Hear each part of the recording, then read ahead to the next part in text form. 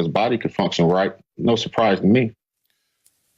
James, I was surprised for the simple fact if he had a series to warm up, he's coming straight in out the locker room on 4th and 5. It's do or die. He doesn't get this, the ball game's over. That's what's most surprising. Not that he got an opportunity, because once his body calmed down, once those cramps released, he was going to be fine. But to come in straight from the locker room, run to the field, it's 4th and 5. Okay, what do we got here? And they did him a favor. They blitzed him up the middle. They let him get to the edge. And so now he has a two-way. Now you're at his mercy.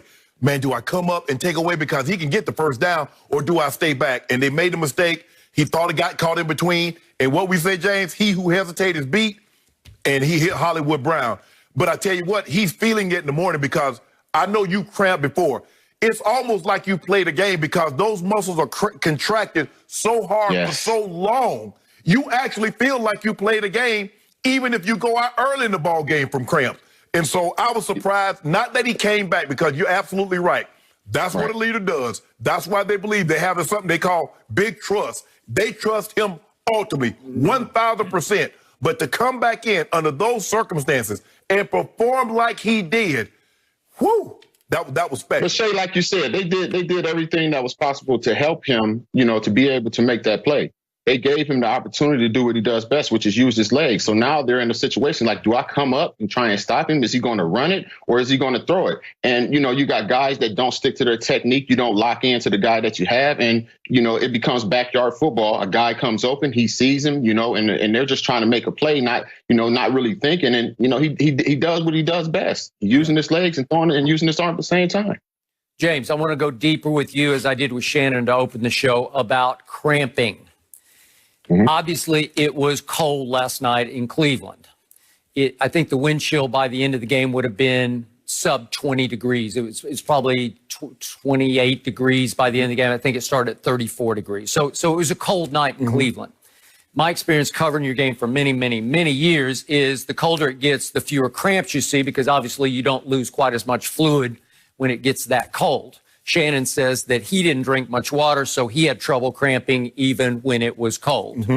So here we have Lamar, and I want to show the first play that surprised me, because this is with about 6.5 minutes to go in the third quarter.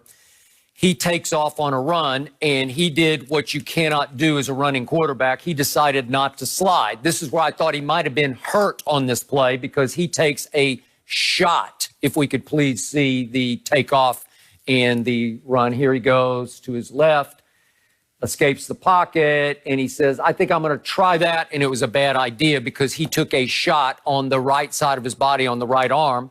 And ESPN.com reported that he felt first cramping in his right arm. Well, that's not from dehydration. That could be from some kind of spinal shot where you got a stinger down your arm, right? Yep. Okay. Then later, in the game, just maybe a minute later, he started feeling cramps in both legs. It was reported on ESPN.com. That's when he gets rough. Okay. Now we're to the, is it because he hadn't had any water to drink? I don't know. How surprising is it that he was cramping in that much of a cold weather game? To me, it's not a surprise, because as Shannon said, a lot of guys, you're still burning. You actually burn more energy and more calories in colder weather than you do in hot weather. You may sweat more in hot weather because your body's trying to cool itself off. That's why you will cramp faster in hot weather. But in cold weather, the thing that you don't do is drink water. In hot weather, you get so hot and you're tired. You're trying to drink water. You're trying to cool off. You're trying to do all that. It's cold. You're not realizing the amount of fluids that you're losing, just because it's not running down your arm now. So with him, with excuse me, with it being cold and him not drinking water, it's very, very easy to cramp in winter weather. And he's running around. Skip, you got to realize he's not like an offensive lineman. Well, he'd already run for a Monday Night Football record, 124 yards. But we never saw him go down with the cramp, because you usually see a guy when the calf locks up, you can't walk. You go down like you got shot, right?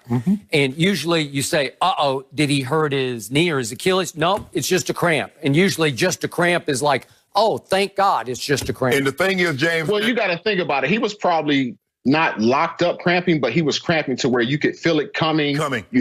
twitching. You can still move. Yep. And what is it? They're up by 14 at that point. So I'm gonna run in here trying to get a quick IV. And all of a sudden, in the process of getting IV, things turn around. So I got to go out here and be Superman. And normally, once they get to those both legs, you're too far gone. You're gonna have to get there. You're gonna have to get the IV because it's going up. You're gonna get both legs, and then it goes up to your back, and then all of a sudden you try to stand up, and wherever you move, something locks up differently. And that's what I was telling Skip. I was like, the thing is, what you don't realize when it's cold, your body is trying to keep you warm. So you're spending a lot of energy, and then on top of that, you're not drinking because you're like, "Oh man, I ain't even thirsty. I'm good." But the next thing you know, you're like, "Uh-oh," and I was like, "Uh-oh, here it comes." And you know when it's coming, but probably when it gets to both legs, it's too late. So he was cramping, but you couldn't see him even on the way to the locker room, even though he looked a little bit gimpy, but he wasn't. I understand. Like some people, their cramps start in different areas. You know, for me, my first cramp when I yawn, it'll start literally in my tongue, and I'm like, oh, it's about to be bad. A lot of people cramp in the middle of the night. Yes, I get those. Yeah, okay, and that's like you think you're going to die. Okay, so he goes to the locker room, and I know a lot of Twitter went wild with the notion of he needed a bathroom break. Yeah. I don't think he did. You don't think he did. I don't either. And in the end, he says, no, he was cramping because he needed to take IV. So you got to get stuck in your arm. Right. And you need to take a saline solution intravenously. Correct. And he said that took a little while. And then the trainer tried to re-stretch him out to try to get his legs to work. And he said, I'm watching the game on TV and I'm catching an attitude because he left when it was 34-20. And all of a sudden, you're behind. And plus, the thing is, Skip, finding a vein when it's cold. Yep. All of a sudden, your vein, and you're dehydrated. And you're dehydrated. So that's another thing that you got. So you got to be careful. And it's not like we just turn the IV up full throttle so it gets in. You let it drip, drip, drip, drip, drip. And he came back full throttle. He did. That's what's amazing to me because I was shocked that he came back in, and God bless Trace McSorley. I hope he's okay. But you can make a case that if Trace hadn't gotten his left leg caught up under him, and he had completed one big ball to Willie Snead that got them in position. So he did that kid's tough, man. He's mentally tough. Yeah. But then all of a sudden it's 4th and 5. What do you do? Because Willie Snead is the emergency quarterback at that point. And Lamar says, no, I'm good. Right. You are? You're 100%. No, he's 1,000%. Straight from the locker room to the field on 4th and 5. Whew. Wow. And then he not only does he complete that pass after they let him break contain, they blitzed on the play, obviously, and the DBs freeze because he's a more dangerous runner than a thrower. And Hollywood, who dropped really 3 passes, breaks wide open deep, and he drops one into him, and he caught it. I don't know how you feel about this, James, but if I'm in a situation like that, I'm not blitzing him. I'm going to make him complete the football. I'm going to make him throw into a zone because if you blitz him up the middle and that end loses contain, which he did, this is what you get. Now you get your DBs put on an island. Do I stay plastered to my guy or do I let him get to the first down? Right. And normally the coach would say, son, let him get the first down. At least we didn't give up the touchdown. We still get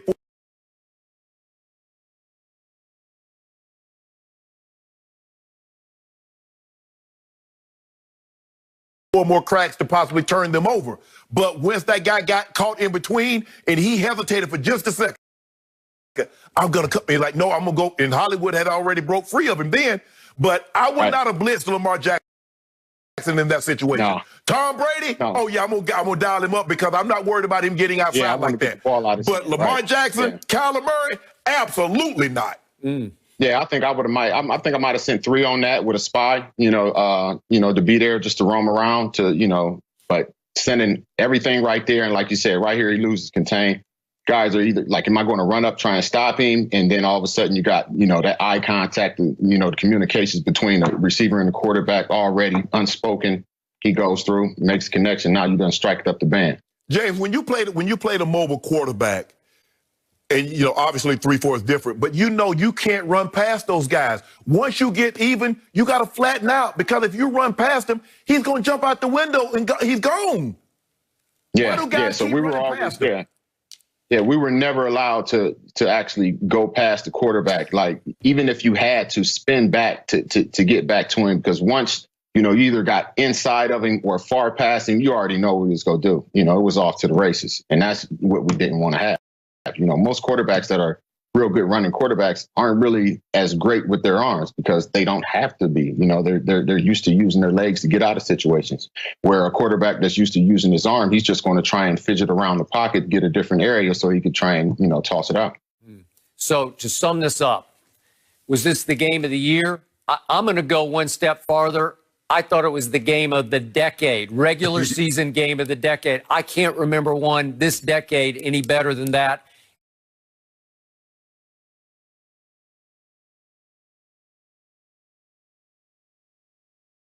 In the regular season, because it was fairy tale. It was just like you couldn't make it up. Oh, hey, that was a movie right there. It was a movie. You're talking about 4th and 5. I've been out for the last 2 drives. I cramped up my whole, Right. He should have made it way worse than what it was. He should have did the Paul Pierce and got, carried off, on a stretcher or something, and then came back. When he came back, it would have lived forever. They still talk about